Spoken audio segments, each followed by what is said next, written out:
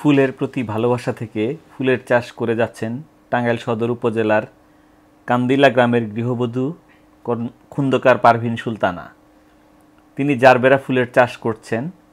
ফুলের প্রতি ভালোবাসায় বাড়তি মাত্রা যোগ হয়েছে স্বামীর স্মৃতি। তার স্বামী শুরু করেছিলেন গোলাপের বাগান। পরবর্তীতে তিনি জারবেরা ফুলের বাণিজ্যিক চাষাবাদও শুরু করেন, কিন্তু হঠাৎ স্বামী মারা যাওয়ার পর হাল ধরেন তিনি।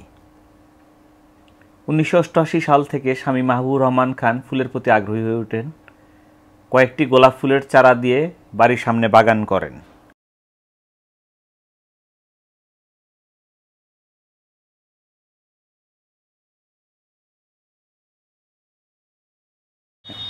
প্রথম আমার হাজবেন্ড গোলাপ দিয়ে বাগান শুরু করে, 200 জাতের গোলাপ চাষ করে। তারপর উনি একজন চিকিৎসার জন্য ইন্ডিয়ায় যায় উনি বিভিন্ন কালারের জারবেরা নিয়ে এসে 30% জায়গার মধ্যে উনি বাগান করে বেশ ফুল ফুটায়। হঠাৎ একদিন অ্যাক্সিডেন্ট স্ট্রোক করে মারা যায়।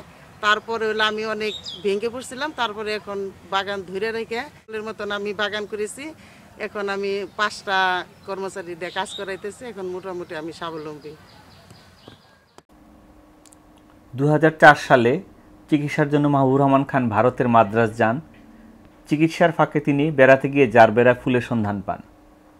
শখের বশেই 30-40টি চারা কিনে আনেন, লাগান তার বাগানে। প্রথম বছরই চমৎকার ফুল ফুটে।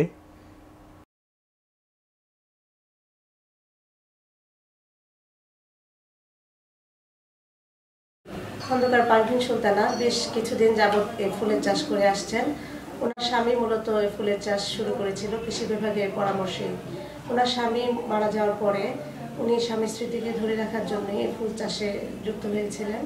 কিন্তু বর্তমানে দেখা যাচ্ছে যে অন্যান্য ফসলের তুলনায় তিনি ফুল চাষ থেকে অনেক আর্থিক সুবিধা বেশি পাচ্ছেন। আমরা কৃষি বিভাগ থেকে তাকে সার্বিক সহায়তা প্রদান করছি। অন্যান্য ফসলের তুলনায় ফুল চাষে আর্থিক সুবিধা বেশি থাকায় আমরা আশা করব আরও অনেক কৃষক এই ফুল চাষে উদ্বুদ্ধ হবে।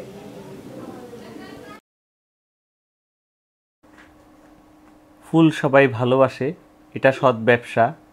নিজের মতো করে সৎভাবে ফুলের বাগান করলে ভালো লাগার পাশাপাশি আর্থিকভাবে লাভবানও হওয়া যায়।